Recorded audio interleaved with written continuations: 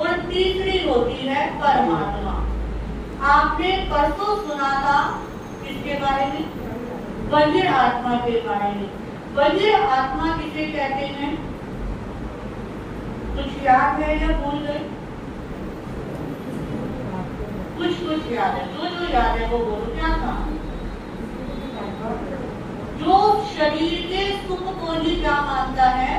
Real का सुख मानता है, जिसका शास्त्रों से कोई लेना देना नहीं, धर्म से कोई लेना देना नहीं, जो मैं और मेरे के अंदर लगा रहता है, ये मेरे अपने हैं, मैं इनका हूँ, मैं सदा सदा यही रहने वाला हूँ, जो ऐसी सेट लगा के जीवन जीता है, उस व्यक्ति की आत्मा कौन सी है? बधिर आत्मा है, जो छोड़ने का नाम ही नहीं लेता। परंतु असलियत क्या है? एक ना एक दिन तो क्या होना है? छूटना ही है। आपकी प्रिय से प्रिय वस्तु, जिसे आप हर समय दिल से लगा कर रखते हो, प्रिय से प्रिय संबंध, प्रिय से प्रिय रिश्ता, हर रिश्ता, हर संबंध, हर वस्तु एक ना एक दिन क्या होनी है? छूटनी है। चाहे हम हंसते हुए छोड़े या हम रोते हुए छोड़े, परंतु छोड़ना तो कोई भी क्या अपनी प्रिय वस्तु साथ उठाकर ले गया। आपको अपना घर इतना प्रिय होता है कि आप घर कोई ले जाता है, अपने कपड़े ले जाता है, आभूषण तो सबको बहुत ज्यादा प्रिय है, क्या कोई ले गया? आजकल लोगों को प्रॉपर्टी से क्या हो गया है? बहुत ज्यादा प्यार हो गया है। क्या प्रॉपर्टी के कागज, क्या वो प्रॉपर्टी आपके साथ जाती है? नहीं जाती। सब कुछ क्या हो जाता है? कहीं पर रह जाता है। और ये किन व्यक्तियों का रहता है? जो बधिर आत्मा में जीते हैं, जो क्या कहते हैं, ये मेरा है, इनसे मैं अपने आप को पीछे नहीं कर सकता। तो आपने बधिर आत्मा के बारे में सुना था। आज आपके समक्ष दूसरी आत्मा, जिसका नाम है अंतर आत्मा। क्या नाम है? अंतर आत्मा। अंतर आत्मा यानी कि जो आत्मा के अस्तित्व को क्या करता है? स्वीकार करता है कि आत्म रूपी तत्व हमारी देह के अंदर क्या है? विराजमान है। वही व्यक्ति अंतर आत्मा का क्या बन सकता है? अधिकारी बन सकता है। कहते हैं अंतर आत्मा बनने के लिए सबसे पहले साधक के अंदर भेद ज्ञान की क्या आती है? भावना। भेद ज्ञान क्या होता है? शरीर अलग है और आत्मा अलग है। परंतु हम क्या मानते हैं? शरीर ही मेरा है और कोई कुछ है या नहीं है। सबसे ज्यादा ध्यान किसका दिया जाता है? शरीर का दिया जाता है। क्योंकि कहते हैं, प्रभु ने कहा कि जब साधक इस बात को स्वीकार कर लेता है कि शरीर अलग है, शरीर यहीं पर क्या हो जाएगा? छूट जाएगा। किसी का भी शरीर, जैसे बचपन होता है, फिर जवानी आती है, बुढ़ापा आता है और बूढ़े होते हैं, धीरे जो शरीर, जो हिम्मत आपकी जवानी में थी, क्या वो हिम्मत बुढ़ापे में है? धीरे धीरे क्या होती रहती है? खत्म होती रहती है। तो ये शरीर का क्या होता है? स्वभाव होता है। परंतु जो आत्मा होती है, वो आत्मा हमेशा क्या रहती है? समान रहती है। क्योंकि कहते हैं एक चींटी के अंदर भी क्या है? वही आत्मा है। और एक हाथी के अंदर भी क्या है? वही आत्मा है। एक बच्चे के अंदर भी वही आत्मा है और एक बड़े के अंदर भी क्या है? वही आत्मा है। परंतु हमें क्या करना है? हमें भेद करना है कि शरीर अलग है और आत्मा अलग है। आचार्य मुखमन कहते हैं, भेद विज्ञान यदि आपको करना हो तो आप अपना चिंतन लेकर जाए। जिस जिस चीज को आप कहते हो ये मेरी है, जिस जिस चीज को आप कहते हो वो मेरी है, वो सब क्या है? शरीर से जुड़ी हुई है और वो सब क्या होगी? छूटनी है। और जिसको आप कहते हो मैं हमारे साथ क्या रहती है? हमेशा रहती है। यानी कि मैं आत्मा हूँ। क्या है? मैं आत्मा हूँ। ये चिंतन सदैव सदैव हमारी स्मृति में रहता है। तो हम अंतर आत्मा में क्या करते हैं, प्रवेश करते हैं। क्योंकि देखिए, जब हम शरीर को ही अपना मान लेते हैं और सबसे पहले साथ कौन छोड़ता है, शरीर छोड़ता है ना। यदि सिर में दर्द हो जाए, बुखार हो जाए, कुछ हो जाए, तो सबसे पहले शरीर क्या कहेगा, आज हिम्मत नहीं हो रही है, तबीयत ठीक नहीं है, आज ये क्या कर देते हैं, रहने देते हैं। तो कहते हैं आप बाहर तो बहुत दूर जाने की बात है, अपने ये जो शरीर है जन्म से लेकर मृत्यु तक क्या रहता है, हमारे साथ रहता है। और सबसे पहले ये हमारा क्या छोड़ता है, साथ छोड़ता है। आप सब्जी खरीदते हो, सब्जी के अंदर क्या करते हो, छटाई करते हो ना, जो अच्छे अच्छे पीस लगते हैं उसको क्या करते हो, लेते हो, और लेने के बाद भी जब यूज करते हो तब भी क्या करते हो, छटाई करते रहते हैं कि कौन सी खराब होने वाली है, कौन सी सही है। तो उसी प्रकार प्रभु कहते हैं कि जब आपको बाहर की वस्तु की छटाई करनी आती है, आप कपड़ों की भी क्या करते हो, चॉइस करते हो ना। आज ये कपड़ा पहनना है, यदि खरीदने जाते हो तो ये पसंद नहीं आया, ये आउट ऑफ फैशन है, न्यू फैशन है।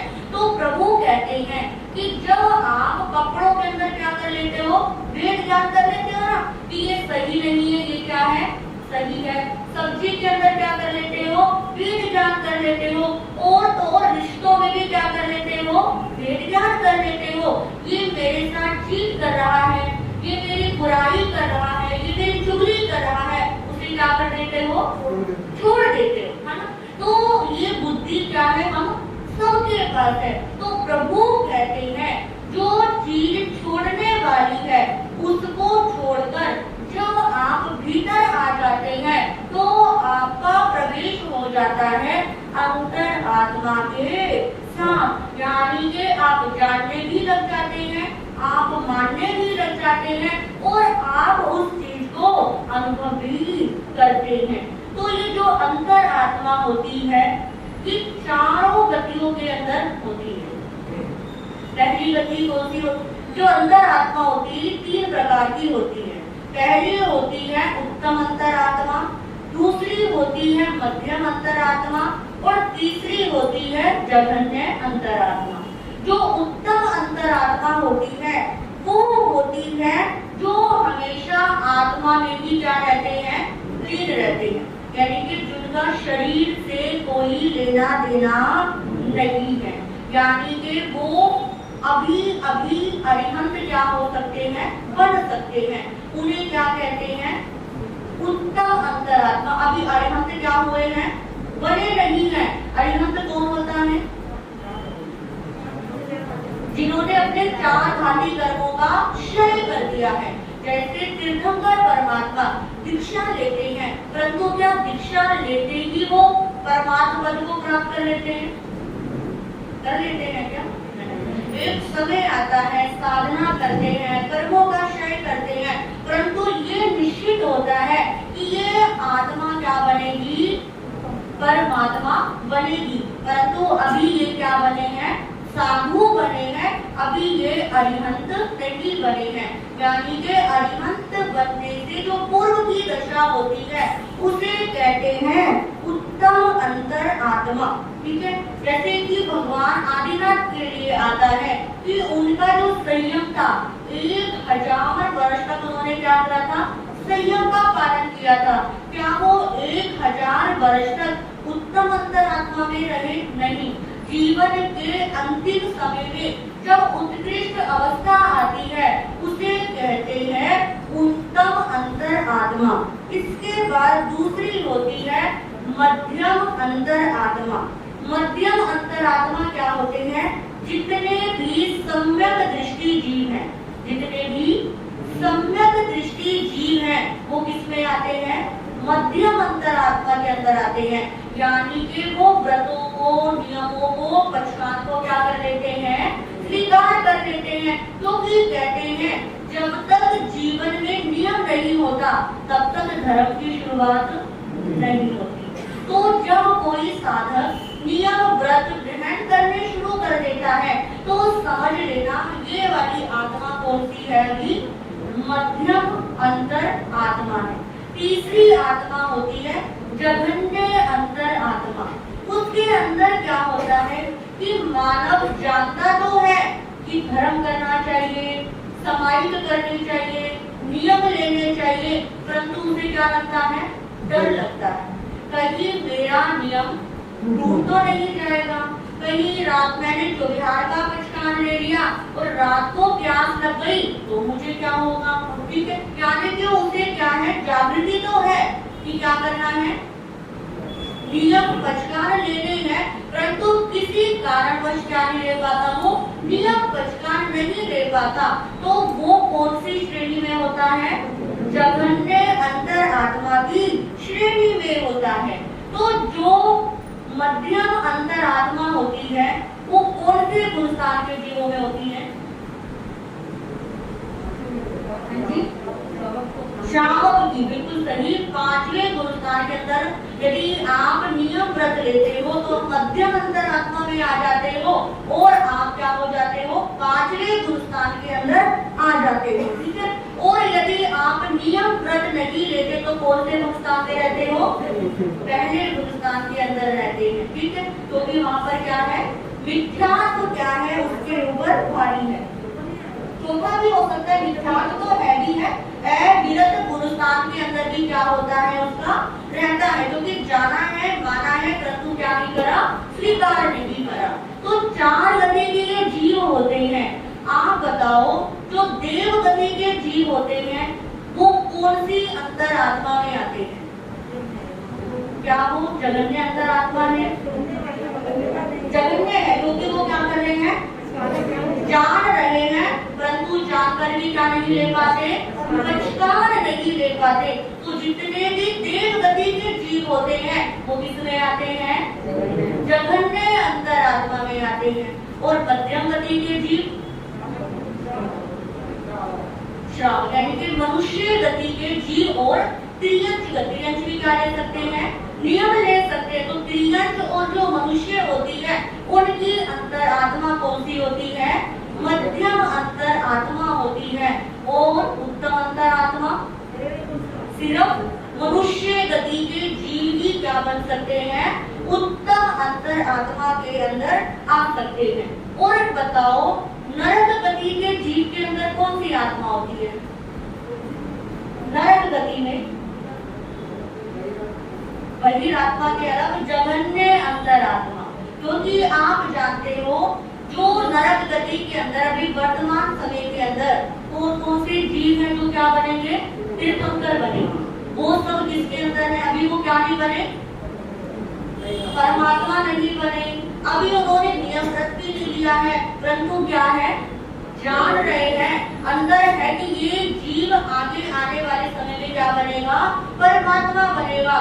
जैसे कि रावण का जीव, श्री कृष्ण जी का जीव, द्रौपदी का जीव, रावण का जीव, श्रेयांश राजा का जीव, ये सब आगे आने वाली 24वीं में क्या बनेंगे, तीर्थंकर बनेंगे। तो ये सब जीव की अंतरात्मा के अंदर है, जघन्य अंतर आत्मा में है। तो अब आप बताओ, हम सब तो उनसे क्या है, वो तो जघन्य में और हम किस में है, अभी मध्यम के अंदर है। तो ऐसी साधना करें कि मध्यम से हम कहाँ पहुँच जाए, उत्कृष्ट में पहुँच जाए, उत्तर में पहुँच जाए। और एक दिन ऐसा आएगा कि हम आत्मा से कहाँ पहुँच जाएंगे, परमात्मा की तरफ पहुँच जाएंगे। तो तीसरी आत्मा होती है परमात्मा। आपने बहिर आत्मा के बारे में सुना, दूसरी आत्मा अंतर आत्मा और तीसरी होती है परमात्मा। परमात्मा किसे कहते हैं, जिन्होंने सर्व प्रकार के कर्मों का क्या कर दिया है, क्षय कर दिया है, जिनके पास किसी के लिए ना राग है और ना द्वेष। मेरी भावना में पहली गाथा कौन सी है, जिसने राग द्वेष का मालिक, जीते सब जग जान दिया, सब जीवों को मोक्ष मार्ग का निश्चय हो उपदेश दिया। बोध वीर जिन्हें हर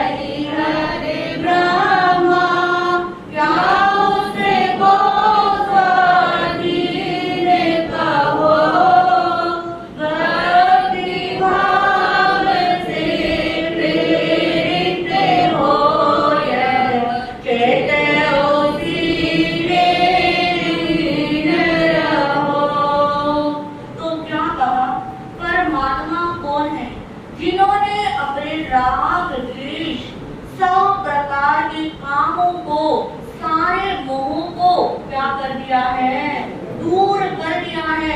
वो जो सिर्फ मोक्ष की राह पर क्या हो गए हैं, बढ़ ही नहीं गए बल्कि क्या हो गए हैं, पहुंच गए हैं। उसे क्या कहते हैं, परमात्मा कहते हैं। कहते हैं परमात्मा दो प्रकार के होते हैं, एक होते हैं सकल परमात्मा, एक होते हैं निकल परमात्मा।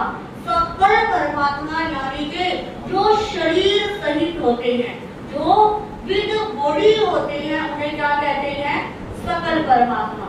जिन्होंने चार घाती कर्मों का क्या कर दिया है, क्षय कर दिया। चार घाती कर्म कौन से, ज्ञाना वर्णीय कर्म, रचना वर्णीय कर्म, अंतराय कर्म और मोहनीय कर्म। जैसे कि महाविदेह क्षेत्र के अंदर कौन है, 20 गृहमान हमेशा क्या रहते हैं, विराजमान रहते हैं। यानी कि उनके चार घाती कर्मों का क्या हो गया है, क्षय हो गया है। और सिमंदर स्वामी भगवान का जब हम नाम लेते हैं तो क्या बोलते हैं, अरिहंत परमात्मा श्री सिमंदर स्वामी भगवान की जय हो।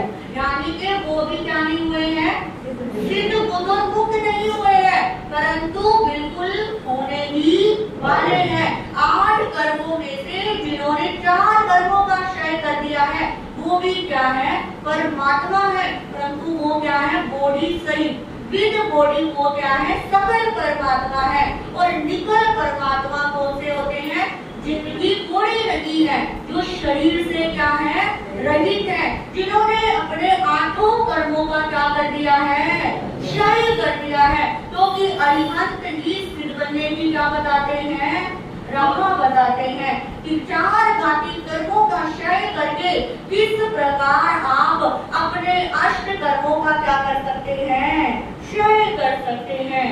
क्योंकि कहते हैं कि जो ये परमात्मा होता है, ये हर किसी इंसान के अंदर क्या होता है, विराजमान। एक बार सागर के अंदर एक मछली थी, उसने दूसरी मछली से पूछा कि सागर कहाँ है, क्या कहा, सागर कहाँ है। तो उसने क्या कहा कि किसमें रह रही है, तो सागर में ही तो रह रही है। तो उसी प्रकार कहते हैं, एक व्यक्ति ने संत से पूछा कि परमात्मा कहाँ है। आप भी कहते हो ना कि महाराज भगवान तो दिखता नहीं है, नहीं कहा है। हम कभी कभी श्रद्धा डावाडोल होती है, हम कर तो रहे हैं, पता नहीं क्या होगा, आ भी जाते हैं, सुन भी लेते हैं, परंतु होता आता तो कुछ भी नहीं है। बहुत से लोगों की ऐसी क्या हो जाती है, अवधारणा हो जाती है। तो प्रश्न किया कि परमात्मा कहाँ, तो परमात्मा कहाँ है, तो क्या कहा कि तेरे और परमात्मा के अंदर, तेरे और परमात्मा के अंदर सिर्फ 24 उंगल की दूरी है। कितनी, 24 उंगल की। क्योंकि आत्मा का निवास कहाँ पर है, हमारे हृदय पे। कहाँ पर है, हृदय पे है। और हम हर समय कहाँ रहते हैं, मस्तिष्क से चलते हैं। क्या हम अपने हृदय की आवाज सुनते हैं? क्योंकि कहते हैं कि जो अपने फोन के अंदर जो हमारी आत्मा होती है, एक ये फोन के अंदर एप्लीकेशंस होती हैं, ये उसकी तरह होती है। जैसे कि फोन के अंदर कोई एप्लीकेशन आप यूज ना करो तो थोड़े समय तक तो क्या देती है, वो नोटिफिकेशन देती है कि आप क्या करो, इसका यूज करो। जब आप उसका यूज नहीं करते तो वो आपके फोन से क्या हो जाती है, डिसअपीयर हो जाती है, क्योंकि आपने उसका क्या नहीं करा, यूज नहीं करा। उसी प्रकार कहते हैं कि हर किसी इंसान के अंदर ये आत्म रूपी तत्व है। और जब वो कोई गलत काम करता है, गलत सोच रखता है, गलत दृष्टि रखता है, गलत किसी को बोलता है, तो ये अंदर आत्मा जरूर कहती है कि तुझे ऐसा नहीं करना, तुझे ऐसा नहीं बोलना, तुझे ऐसा नहीं सुनना। परंतु क्या करते हैं, अरे चुप हो जा। मन कहता है मत कर, फिर उस मन को, आत्मा को क्या कर देते हैं, बिठा देते हैं। वो बेचारी थोड़े दिन तो क्या करती रहती है, बोलती रहती है, सचेत करती रहती है। और एक समय ऐसा आता है कि वो बोलना ही क्या कर देती है, बंद कर देती है। परंतु हमेशा रहती तो कहाँ है, हमारे हृदय में निवास करती है। तो क्या कहा कि आत्मा और परमात्मा के अंदर दूरी कितनी है, 24 उंगल की दूरी है। जब आप अपने हृदय से मस्तिष्क तक उंगलियों को क्या करोगे, लेकर जाओगे। लेकर देखो तो कितनी उंगलियां आएंगी, 24 उंगलियां। ठीक है, तो यानी कि जब मन बाहर की दुनिया से हटकर, बाहर के मिथ्यात्व से हटकर, बाहर की बुरी चीजों से हटकर अंतर में आ जाएगा तो आप कहाँ पहुंच जाओगे, अपनी आत्मा के पास पहुंच जाओगे। क्योंकि क्या कहते हैं, अप्पा तो परमप्पा कि आत्मा ही क्या है, परमात्मा है। तो यानी कि आत्मा परमात्मा ढूंढने के लिए हमें कहीं जाने की जरूरत नहीं है।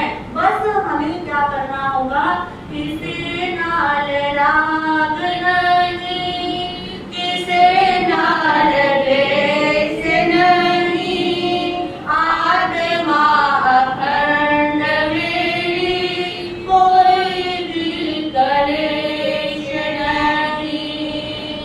सिर्फ हमें अपने भीतर से राग और द्वेष को क्या करना होगा, हटाना होगा। जितना खतरनाक द्वेष नहीं है, उससे ज्यादा खतरनाक क्या है, राग है। क्योंकि राग के अंदर आकर हम ऐसे ऐसे शब्द बोल देते हैं, ऐसी ऐसी क्रिया कर देते हैं, ऐसा ऐसा अशुभ कार्य कर देते हैं जिसका हमें पता भी नहीं होता। तो ये जीव तत्व क्या कहता है कि तुम बहिर आत्मा से निकलकर अंतर आत्मा की राह पकड़कर एक दिन क्या बन सकते हो, परमात्मा बन सकते हो। क्या परमात्मा बनने के लिए कहीं बाहर जाना पड़ेगा, किसी की कोई ट्रेनिंग लेनी पड़ेगी, किसी से ट्यूशन लेनी पड़ेगी, कुछ क्या फीस देनी पड़ेगी, कुछ भी नहीं करना पड़ेगा। सिर्फ एक क्या करना है, चिंतन करना है। कहते हैं एक बार एक राजा था, उसका एक मंत्री था, उसके मन में विचार आया कि मैं पूरा दिन राज्य में बिजी रहता हूँ, राजा के कामकाज में बिजी रहता हूँ, अब मुझे थोड़ा सा अपने आप को फ्री हेड करना है। और उसने सोचा कि मुझे क्या बनाने हैं, मित्र बनाने हैं। अब मित्र बनाने की सोची, आज के समय में भी मित्रों का क्या है, बड़ा बोलबाला है। अपने परिवार के लिए हाजिर हो या ना हो, किसके लिए खड़े हैं, मित्रों के लिए, फ्रेंड्स के लिए खड़े हैं। तो उस मंत्री के मन में आया मुझे क्या बनाने हैं, मित्र बनाने हैं। अब बाहर निकला, एक व्यक्ति से बातचीत हुई, अब वो क्या बन गया, उसका मित्र बन गया। अब इतना सवा मित्र बन गया कि वो दोनों हर समय समय पर मिलते रहते हैं, एक साथ घूमते हैं, एक साथ खाना खाते हैं। इतना ही नहीं, एक जैसे क्या करते हैं, कपड़े भी पहनते हैं। थोड़ा समय और बीता, उस व्यक्ति ने एक मित्र क्या बना लिया, और बना लिया। अब जब दूसरा मित्र बनाया, अब उससे पहले वाले की तरह प्रतिदिन तो क्या नहीं करता, नहीं मिलता, परंतु संडे संडे क्या कर लेता है, मिल लेता है, सैटरडे को घूम लेते हैं। फिर थोड़ा समय और आगे बीता, उस व्यक्ति ने एक मित्र क्या कर लिया, और बना लिया। उस मित्र से क्या करता है, जब कोई फेस्टिवल्स आते हैं, त्योहार आते हैं, तब उस मित्र से क्या करता है, वो मिलता है। अब कहते हैं राजा को एक व्यक्ति ने षड्यंत्र रूप में कह दिया कि आपका जो ये मंत्री है ना, ये आपको मारने की क्या कर रहा है, प्लानिंग कर रहा है। ये बड़े बड़े लोगों से क्या बढ़ा रहा है, अपनी मित्रता बढ़ा रहा है। अब राजा लोग तो किसके कच्चे होते हैं, कानों के कच्चे होते हैं। राजा ने कहा अच्छा ऐसी बात है, चलो मैं इसको क्या देता हूँ, फांसी पर ही चढ़ा देता हूँ।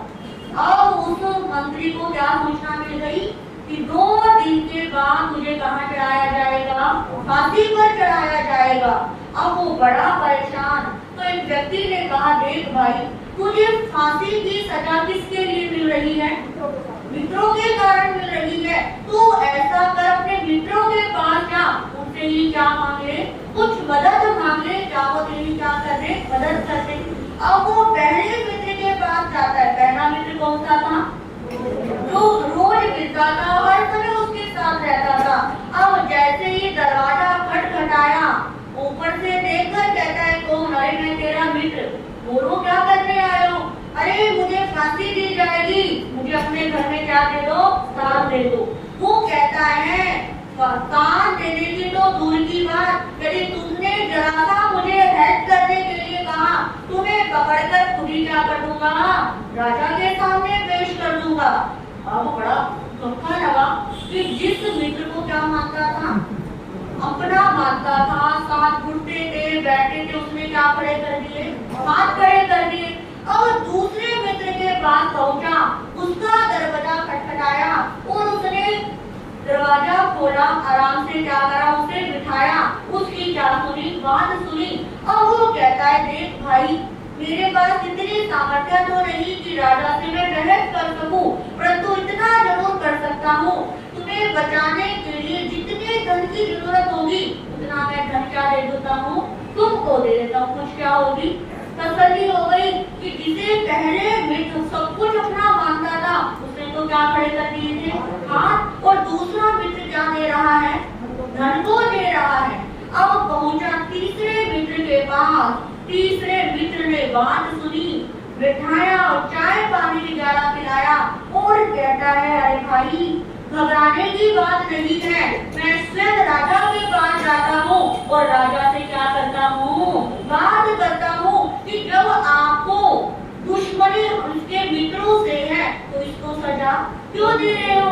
अब वो व्यक्ति राजा के पास जाता है, राजा को समझाता है। अब राजा को क्या आती है, बात समझ में आ जाती है, कहता है हाँ मुझसे क्या हुई, गलती हुई। और तीसरा मित्र कहता है कि अब उन्हें अपने मंत्री को राज दरबार में बुलाओ, अब उसको क्या करो, वही पहले जैसा क्या दो, सम्मान दो। तो छोटी सी घटना सत्य भी हो सकती है कि जो पहले वाला मित्र है वो किसकी तरीके से है, वही आत्मा की तरीके से। किसकी तरीके से, वही आत्मा जो शरीर को ही क्या मानता है, अपना मानता है कि शरीर है तो सब कुछ है, शरीर नहीं है तो कुछ भी नहीं है। यानी कि सारे दिन शरीर की देखभाल में जो लगा रहता है और सबसे पहले साथ किसने छोड़ा, शरीर ने छोड़ा। यानी कि जो पहले वाला मित्र था वो बहिर आत्मा की तरीके से था और दूसरा मित्र जो किसकी तरीके से था, अंतर आत्मा की तरीके से था कि मुक्ति पर पहुंचना तो है परंतु अभी क्या है, पहुंचा नहीं है। और तीसरा मित्र किसकी तरीके से था, परमात्मा की तरीके से था कि परमात्मा जो सर्व प्रकार से कर्मों का क्या कर देते हैं, क्षय कर देते हैं। कि तीसरे मित्र ने सारी दुविधा को, सारी परेशानी को ही सदा सदा के लिए क्या कर दिया, दूर कर दिया। तो इस प्रकार ये तीन प्रकार की आत्मा का स्वरूप हर आत्मा के अंदर है। तो जीव तत्व के माध्यम से हमें चिंतन करना है कि किस प्रकार हम बहिर आत्मा से निकलकर अंतर आत्मा की राह पकड़कर एक दिन परमात्मा बन सकते हैं। बनना है क्या नहीं बनना, बनना है ना। जन्म मरण को क्या करना है, सिद्ध करना है कि कभी बनेंगे जब हमारा संकल्प क्या होगा, पक्का होगा। जब हम पुरुषार्थ करेंगे, जब हम मेहनत करेंगे, जब हम शरीर और आत्मा के भेद को क्या करेंगे, समझेंगे। तो ये जीव तत्व हमें यही प्रेरणा देता है कि शरीर अलग है और आत्मा अलग है। शरीर से हटकर इसमें आओ, आत्मा में आओ। मनोरंजन तो बहुत कर लिया, अब क्या करो, आत्मरंजन करो। रील्स तो बहुत देख ली, अब इसमें आओ, रियल में आओ। क्योंकि रियल चीज क्या रहती है, रियल ही रहती है। तो आपको क्या बनना है, हमें क्या बनना है, रियल बनना है। रियल बनने के लिए हमें क्या करना है, प्रयास करना है। तो प्रयास जो जो आत्मा इस लोक में करेंगी उन्हीं आत्माओं का कल्याण इस लोक में भी होगा और परलोक में भी होगा। इन्हीं शब्दों के साथ मैं अपने विषय को विराम देती हूँ। आज के पचकान श्रीमती इंदिरा जी आज चौथा आएंगे।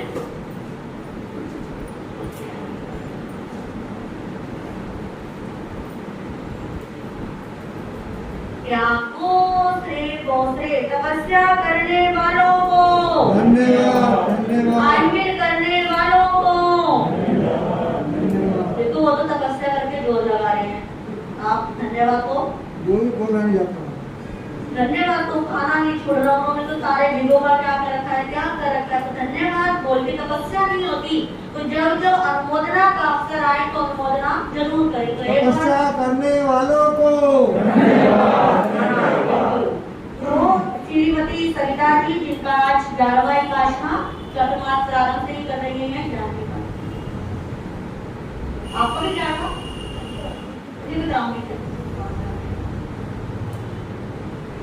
क्या गोत्रे अब किसी का पहला एकादशा हो, दूसरा, तीसरा, कोई भी एकादशा, खड़े होकर काटने का बचकान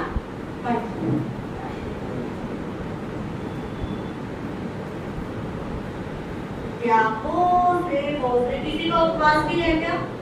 उपवास का बचकान लेना हो तो वो भी कर सकते हैं।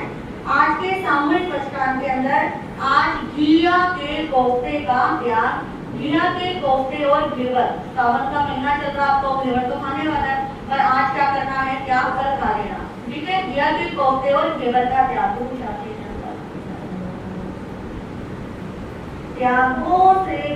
माला के अंदर श्री देवी नाथाय नमः, श्री देवी नाथाय नमः की एक माला सभी करेंगे।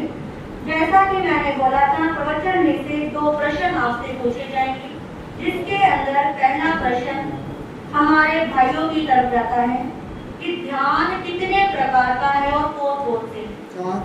बोलना नहीं, जो बोलोगे तो कैंसिल। हाथ खड़े करने, अभी आपने सुना सबने, शैलजा जी महाराज ने सुनाया था। हाँ जी, हाथ खड़े कीजिए। ध्यान कितने प्रकार का है और कौन सा।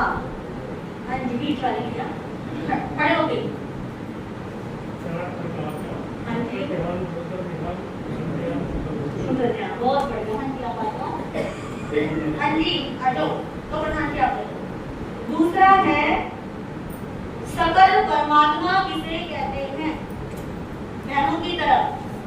सकल परमात्मा, इधर वाले बहने आप, आपके हाथ किसी के भी नहीं। हाँ जी सविता जी, तो शरीर क्या है, शरीर सहित है, जैसे सिमंदर स्वामी भगवान इत्यादि क्या है, हमारे सकल परमात्मा है। हाँ जी, कोई और पूछना, कोई पूछना। तो कल पुस्तक ग्रंथ का स्तोत्र का जाप हुआ, सबने अच्छी संख्या में जाप दिया, पर आज ऐसा लग रहा है थोड़ी सी सुस्ती आ गई है, तो सुस्ती को नहीं लेकर आना। जो नहीं आए उनको क्या देनी है, प्रेरणा देनी है। इधर उधर घूमने साथ लेकर जाते हो, क्या प्रवचन में नहीं ला सकते, इतनी हिम्मत नहीं है, इतना भाईचारा, इतनी मित्रता नहीं है। तो ये अवसर है अपनी मित्रता को दिखाने का। अभी मित्र सुने थे ना, 3 प्रकार के मित्र, तो तीसरे प्रकार का क्या बनना है, मित्र बनना है। कि क्या पता कुछ सुनकर उसकी आत्मा भी एक दिन क्या बन जाए, परमात्मा बन जाए। इन्हीं शब्दों के साथ मैं अपने विषय को विराम देती हूँ। बोलिए भगवान महावीर स्वामी की, संसार के सभी महापुरुषों की श्री जय।